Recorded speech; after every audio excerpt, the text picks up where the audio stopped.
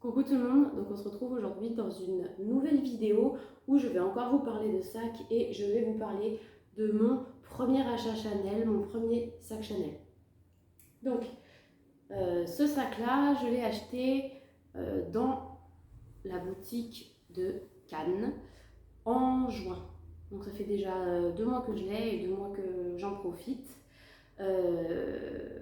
Pourquoi la boutique de Cannes? Parce que j'étais en vacances à ce moment-là et je prévoyais de faire l'achat de toute façon. Donc on est allé dans la boutique de Cannes mais aussi dans la boutique de Saint-Tropez. D'ailleurs si vous passez à Saint-Tropez, je vous conseille d'aller voir la boutique parce qu'elle est vraiment magnifique. Il y a une piscine au fond de la boutique à côté du coin chaussures.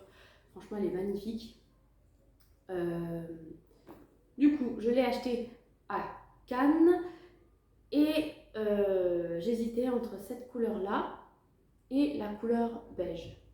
Donc beige plutôt en cuir grainé, or ou argenté. J'hésitais mais je voulais vraiment un classique et je voulais pas un sac qui se salisse. Donc j'ai opté pour cette couleur-là. Donc sans plus attendre, je vais vous le montrer. Donc il s'agit donc du Timeless en taille médium classique. Cuir grainé et à castillage doré. Donc là je ne vous montre pas avec la boîte, la carte d'authenticité, etc. Parce que je les ai laissées à Lyon. Comme je suis quelqu'un qui garde toutes ces boîtes de sac à main, bah ça fait beaucoup de boîtes et ça prend beaucoup d'espace. Donc je les ai laissées là-bas. Donc voilà, d'ailleurs conseil si vous souhaitez par la suite revendre un sac, gardez vraiment toutes vos boîtes, toutes vos factures et même les 2 packs. Donc c'est un sac que je voulais depuis longtemps. Au début, il ne me faisait pas de l'œil et en fait, plus on en parle, plus on regarde des vidéos YouTube et plus on en a envie de ce sac-là. Bien sûr, le prix de ce sac est extrêmement élevé. Réfléchissez bien avant de vouloir acheter ce sac. Moi, quand je l'ai acheté, il était à 6050 €. Donc c'était juste avant l'augmentation des prix. Je savais qu'il allait y avoir une augmentation, mais je ne savais pas vraiment quand. Aujourd'hui, ce sac, il est à 6850 €. Donc voilà, j'ai pu économiser, entre guillemets, 800 €. Mais franchement, réfléchissez avant. Après, c'est vraiment un sac que je vais garder toute ma vie. Voilà, si je décide de le revendre aujourd'hui, bah, je pourrais peut-être déjà le revendre. Bon, peut-être pas à 6850 €. Hein, à chaque fois, on dit qu'on peut le revendre le prix du neuf, mais voilà, si on revend le prix du neuf, la personne va directement acheter en boutique et pas mon sac d'occasion. Il faut quand même réfléchir un petit peu.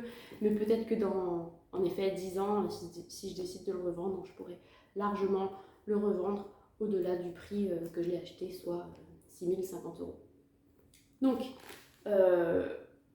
vous avez une tonne de vidéos YouTube sur ce sac-là. Donc, je ne vais pas forcément vous raconter tous les détails.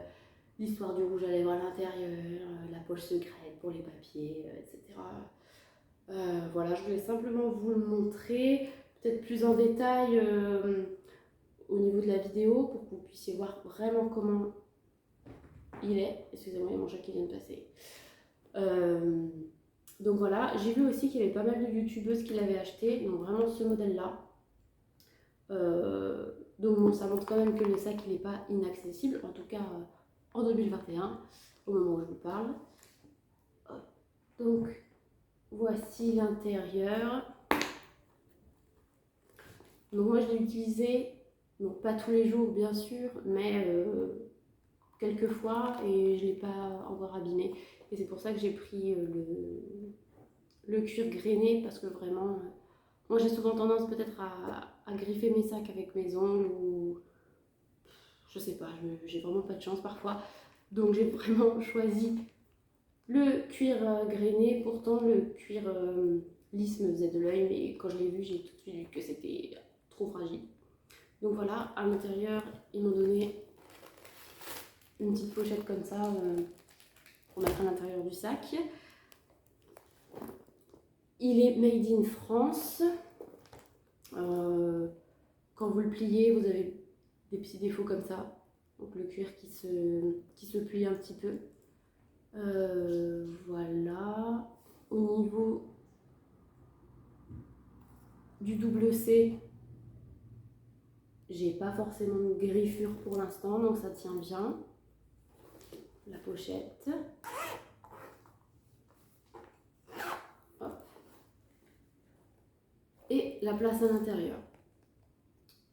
Donc honnêtement, là, au niveau de la place à l'intérieur, ça contient pas beaucoup de choses. Dans les poches intérieures, je mets franchement jamais rien. J'ai mis 2-3 tickets de caisse, des tickets de parking à l'intérieur, ici ou derrière. Là franchement c'est pas mal, ça tient bien. Le sac est plutôt souple. Après, si vous souhaitez mettre plus d'affaires, je vous conseille la taille au-dessus, donc le jumbo, mais c'est vrai que de suite, ça fait quand même un sac qui est plus gros.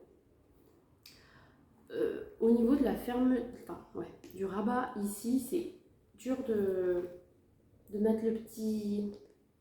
Alors, je sais pas comment on appelle ça, là,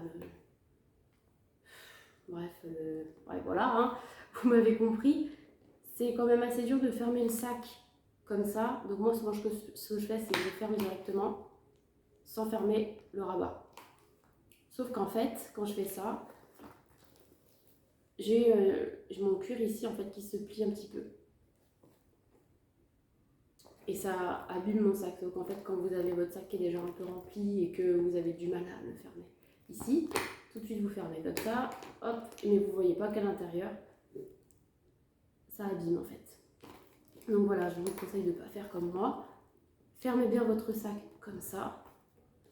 Et ensuite, fermez votre sac avec le double C. Au niveau des chaînes, bah, ça reste des chaînes, plutôt de la bonne qualité. En crossbody, comme vous le savez, c'est pas forcément hyper pratique. Ça arrive vraiment juste en dessous de la côte, ça ira pas plus bas. Moi je le porte parfois comme ça quand j'ai pas envie de me prendre la tête avec mes mains, avec mon sac, et quand je sais qu'il est plus en sécurité vers moi comme ça. Hop. Sinon après vous pouvez le porter à l'épaule, comme ceci, ou à l'épaule, mais en version un peu plus longue. Voilà. Quand je suis allée chez Chanel, ils m'ont fait remplir Chanel et moi. Donc vous rentrez dans un formulaire, etc. Et en fait, ça va vous permettre d'enregistrer entre guillemets votre sac informatiquement.